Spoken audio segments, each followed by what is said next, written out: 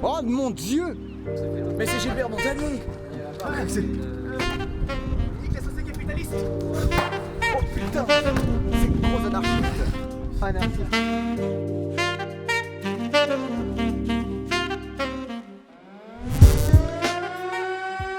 Alors le complexe qu'on appelle Chicago, qui se trouve au sein du quartier Valley-Beverly au Havre, c'est un ensemble d'immeubles qui ont été construits dans les années 70 pour répondre en fait à un manque d'habitation à cette époque. Ce qui est intéressant, c'est qu'en fait tous les immeubles sont liés les uns aux autres et forment cette espèce de masse hyper imposante, totalement, avec qui a différentes hauteurs, mais qui est plus du coup une volonté architecturale. Mais cette énorme masse où tous les immeubles sont plus ou moins connectés les uns aux autres, ce qui nous a pour le coup vachement intéressé sur ce projet-là. Ça se situe vraiment à l'entrée de la ville, on peut pas le rater, c'est que vous arrivez sur le grand boulevard qui vous mène sur l'entrée du Havre, et il suffit juste de tourner la tête et on voit un espèce de bâtiment bétonné à la banlieue 13 qui surgit de nulle part, et c'est là qu'on s'est dit, ce jour-là, si ça va être abandonné, il y a moyen de faire quelque chose de sympa. Et du coup, depuis quelques années, le bâtiment est en phase de déconstruction et de démolition. Et ce qui va arriver en fait très prochainement au cours des premiers mois de 2020. Ils ont l'intention de faire une sorte de complexe sportif, si je dis pas de bêtises, c'est ça? C'est ça. Ouais, d'accord. Bon bah, c'est vrai que ça va faire très bizarre de voir ça à sa place, mais en tout cas, bon, on a quand même hâte de voir ce que ça peut donner en matière de nouveaux bâtiments. Et justement, ce qui est intéressant dans la reconversion de cet espace en complexe sportif, on s'est dit que ça pouvait être super pertinent, terminer un peu la vie de ce bâtiment avec ce contenu audiovisuel qu'est Chicago Zoo. On réalise justement une performance sportive et qui fait un peu la transition en fait entre la vie architecturale du lieu et sa vie à venir de lieu sportif. C'était une manière de lui dire au revoir, quoi. C'est ça. Voilà, c'est ça. Une des premières fois, on est parti visiter Chicago vraiment depuis l'extérieur de l'immeuble. Voilà, c'était courant printemps-été donc 2019 et on était un petit groupe de gens et on a remarqué que justement pour accéder depuis le bâtiment le plus bas jusqu'au bâtiment qui est tout en haut, fallait passer par des espèces de petits trous larges comme ça, vraiment, on devait se faufiler comme des petites souris et c'était super galère. En fait, on avait les sacs à dos avec le matériel vidéo, etc. Et vraiment, on a souffert pour justement grimper jusqu'à tout en haut. Mais au final, on s'est rendu compte que c'était un spot, on va dire, exploitable au niveau parcours. Avant de réaliser le tournage, on a mis en place des séances de repérage. C'est notamment pendant celle-ci qu'on a dû... plus d'une, hein, d'ailleurs. Ouais, plus d'une. Qu'on a dû justement se faufiler un peu partout avec les sacs, voir où est-ce qu'on pouvait passer, qu'est-ce qui était faisable, est-ce que les structures étaient solides. On commençait aussi à voir des sauts, à regarder qu'est-ce qui était faisable, avec nos capacités individuelles à chacun.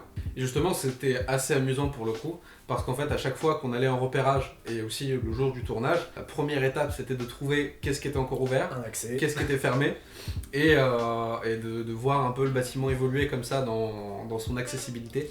Et d'autres gens qui venaient faire du graphe, qui venaient squatter, qui venaient faire tout un tas de choses, qui sont un peu inhérents un peu à chaque friche dès qu'un bâtiment est laissé à l'abandon. Moi, ce qui me surprend dans ce style de bâtiment, c'est que c'est pas courant de visiter des bâtiments à l'abandon vraiment énormes avec presque 400 logements. Et on pouvait encore parcourir les appartements et on voyait les affaires des gens qui traînaient encore. C'est-à-dire que les gens ont laissé par exemple des jouets pour enfants. Je me rappelle, il y avait des posters qui traînaient encore sur les murs. On avait genre des canapés qui étaient déglingués. Vraiment, on a l'impression que il y a un petit côté Tchernobyl, comme s'ils sont partis du jour au lendemain, si tu veux. Et je trouve ça vraiment assez pertinent comme effet de voir ça, quoi. Et pour le coup, en plus, c'est des choses que Tristan a archivées. Tristan, il a avec deux autres amis travaillé pas mal en fait sur le lieu de Chicago pour une exposition qui a eu lieu dans le cadre d'une saison graphique. Et donc il a, puis même pour son projet personnel de diplôme, et donc il a comme ça réalisé tout un tas de clichés qu'on peut voir aussi défiler un peu derrière et qui retranscrivent très bien, je trouve, l'émotion du lieu avec son ambiance très froide, potentiellement aussi très austère du coup avec les logements laissés à l'abandon et ce côté un peu là aussi de tout laisser un peu dans le vif. Tchernobyl banlieue 13, vraiment je trouve qu'il y avait vraiment le bâtiment, on a beau le trouver moche, moi je trouve qu'il dégage quelque chose. Vraiment quand je passe devant, moi il y a vraiment cette inspiration de oh là là, c'est unique et ils vont le détruire, merde. Ouais. C'est ça, quoi. Justement, en termes d'anecdotes, on en a vraiment pas mal. Notamment, tu disais tout à l'heure que le lieu était pas mal squatté. Oui. Et il y a sur une de nos journées de repérage, en fait, on a été délogés en fait, parce que des personnes nous ont vus au loin et nous ont demandé de descendre. Une fois qu'on était tous en bas, on a vu un groupe arriver avec plusieurs choses à la main, des barres en métal et tout. S'approcher de nous. C'était d'ailleurs juste après un contrôle de police. Ouais, c'était notre premier, voilà. Je trouve que ce genre de tournage c'est parmi les meilleurs parce qu'on est vraiment tous ensemble, on est genre 10 personnes qui se motivent les uns les autres, il y a vraiment une énergie qui est débordante sur le tournage qui permet qu'on fasse vraiment, pas qu'on se dépasse mais que vraiment on arrive à prouver nos capacités sportives et il y a vraiment une solidarité, un soutien mutuel et on a vraiment carburé et quand on a terminé à midi, bah franchement on n'a qu'une envie c'était de rentrer chez nous, se coucher parce qu'on était content, on était fatigué et content quoi, donc on s'est dit ouais ce qui va arriver ça va être sympathique. Puis pour le coup, le premier tournage qu'on a réalisé, il nous a permis aussi de nous approprier un peu l'espace avec nos caméras. Ce qui nous a permis de mieux organiser en fait le deuxième tournage. On a un aperçu en fait, on avait un C'est ça. aperçu voilà. Et en fait, au deuxième tournage, on était pareil, on avait 4 cadreurs qui tournaient avec 3 caméras, ce qui nous permettait d'avoir de différents points de vue de manière assez directe et de pouvoir tourner en même temps à plusieurs et d'avoir comme ça une espèce de vue un peu globale de la scène et depuis différents angles. Tout est chorégraphié en plus. Ouais, donc, c'est ça. On a dû répéter 3-4 fois avant de vraiment tourner, de se dire voilà, faut pas qu'il y en ait un qui loupe son mouvement, sinon on redémarre tout à zéro et ça pouvait se répéter au fur et à mesure et la fatigue s'installait en plus à ce moment-là quoi. Donc, C'est ça, c'est en ça que c'est aussi d'autant plus fatigant pour le coup, c'est que pour tous les runs que vous voyez, les runs ont été réalisés 3, 4, 5, peut-être même une dizaine de fois pour certains, parce que des fois il y avait quelque chose qui n'allait pas forcément dans le cadre, des fois on était mauvais aussi. T'es pas au bout de notre forme ou d'un c'est ça. moment quoi. Et, voilà. mais par contre il y avait sur chacune des prises 3 à 4 bonnes prises, on les doublait, on les triplait, justement pour avoir un maximum de contenu et surtout pour ne pas avoir besoin en fait, de retourner sur le lieu par manque de rush. Justement, on parle de manque de rush, mais au final, on aurait pu encore tourner plus, sauf que par souci d'organisation, au final, on s'est quand même contenté de ce qu'on avait, et puis voilà, ça faisait l'affaire au final, quoi. Donc, bon. Totalement, puis pour le coup, avec la démolition qui devient de plus en plus précise et proche, c'était aussi un peu complexe en termes de timing d'organiser ça sans et de prendre le temps en fait, une fois en haut, de tourner, de s'amuser aussi. Sans être délogé au bout d'une Parce demi-heure. qu'avec du recul, il y avait tellement de possibilités cinématographiques sur place, en matière de mouvement, en matière de cadre, il y avait vraiment mille et une façons de filmer quoi. Une chose qu'on n'avait pas précisé, que ce soit en interview avec Westrack ou dans les journaux quand on a eu les interviews téléphoniques, c'est que on avait quand même eu une personne dans le groupe qui s'est blessée sur le tournage, mais vous inquiétez pas, elle va très très bien. Mais sa chute est quand même spectaculaire, regardez. Ça tient bien, hein. Ouais, des fois.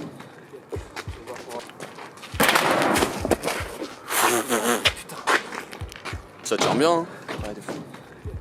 Et c'est à ce moment-là justement qu'on vérifie exactement la solidité des choses. Ça nous a mis un peu la puce à l'oreille sur le moment pour se dire ok bon ça tient pas, alors qu'est-ce qui pourra tenir d'autre. Donc C'est ça, pour le coup, après, il l'avait testé en amont.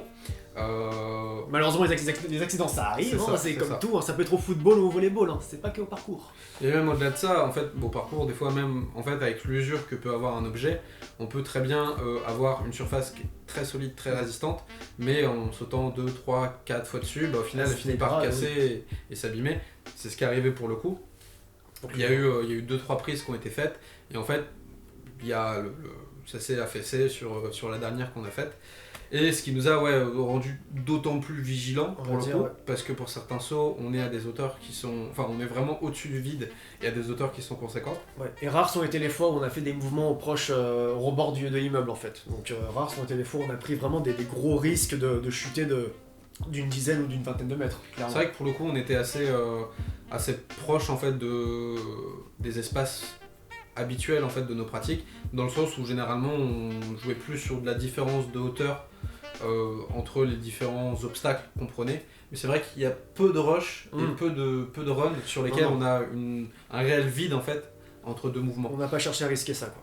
Pour le coup, sur le deuxième tournage, on était une dizaine et c'était La meilleure. assez ouf, La meilleure clairement. session, quoi. Ouais. Et même de tous les tournages qu'on a eu l'occasion de réaliser depuis juillet, c'est réellement le meilleur tournage qu'on ait pu faire.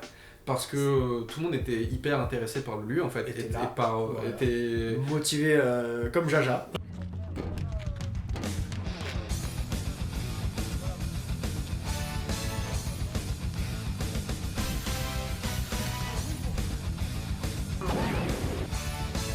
Oh, un crapaud. Oh, Rappel, tu veux être enterré en position de... Voilà. Non, je vais pas lâcher. N'aie pas peur, je t'aime beaucoup. Il l'a poussé en bas. C'est ça, j'aime ce petit père. C'est surtout ça qui donne vraiment la véritable ambiance du parcours. C'est-à-dire que c'est vraiment un sport qu'on fait pour soi, mais qu'on le partage avec les autres et que d'un coup tout le monde est dans la même lignée, on peut que aboutir à des résultats positifs. Et ça, c'était voilà, Chicago, ça a été notre bonne réussite, on va dire. C'est que le début de choses à venir dans les temps à venir sur le Havre. C'est ça, et pour le coup, il y a en fait autant les cadreurs que les traceurs étaient tous remontés à bloc. On va juste le faire en deux prises, faut juste que les gars, en fait, au moment où je tourne, vous fassiez le début de votre course. Il y a Bah Beck oui. et vous deux. Ou il y a quelqu'un d'autre, Dimitri? Peut-être pas. Et ça, c'était hyper agréable de travailler en fait autant en faisant des moves justement ou en capturant de la vidéo. On était 4 cadreurs sur ce projet-là. En fait de voir un peu l'effervescence qu'il y avait. Généralement, ce qu'on faisait, c'est que on avait 3 caméras, du coup il y a 3 cadreurs qui tournaient avec un groupe de traceurs qui faisaient des lignes, qui commençaient à filmer, à voir des différents points de vue, qu'est-ce qui était intéressant, où est-ce qu'il était intéressant de passer, comment filmer la scène, etc. Et pendant ce temps-là, le cadreur et les autres traceurs étaient sur des toits un peu plus bas, Pour justement à chercher d'autres trucs c'est encore. ça. Ouais, c'est ça. À prévisualiser, à s'entraîner, à essayer des choses, en attendant en fait qu'on tournait d'autres parties. Et comme ça en fait on tournait au fur et à mesure et on descendait au fur et à mesure jusqu'au bas du bâtiment. Et ça a permis d'être hyper efficace sur le tournage et de faire ça dans des conditions qui sont Extrêmement plus que bien. ouf. Et on arrive donc sur la fin de cette vidéo, donc merci à vous déjà de l'avoir regardé jusqu'au bout. Et bien évidemment, si ça vous a plu, faites-le nous parvenir en commentaire ou par un petit like, ça nous ferait grave plaisir. Et bien évidemment, n'hésitez pas à faire partager autour de vous la vidéo si elle vous a plu. Si vous n'avez pas encore vu Chicago Zoo, elle sera en vignette juste après. Et on tient aussi à remercier toutes les personnes qui l'ont déjà vu, qui l'ont déjà partagé. N'hésitez pas à la repartager si c'est pas déjà fait. On remercie aussi toutes les personnes qui se sont intéressées et qui nous ont fait des retours dessus. Que ce Et, soit 516 Actu, que ce soit le Paris Normandie ou encore West Track Radio qui nous a invités. Bref, il y a eu du beau monde. C'est ça. Allez, sur ce, on se dit à très bientôt. Salut! Salut!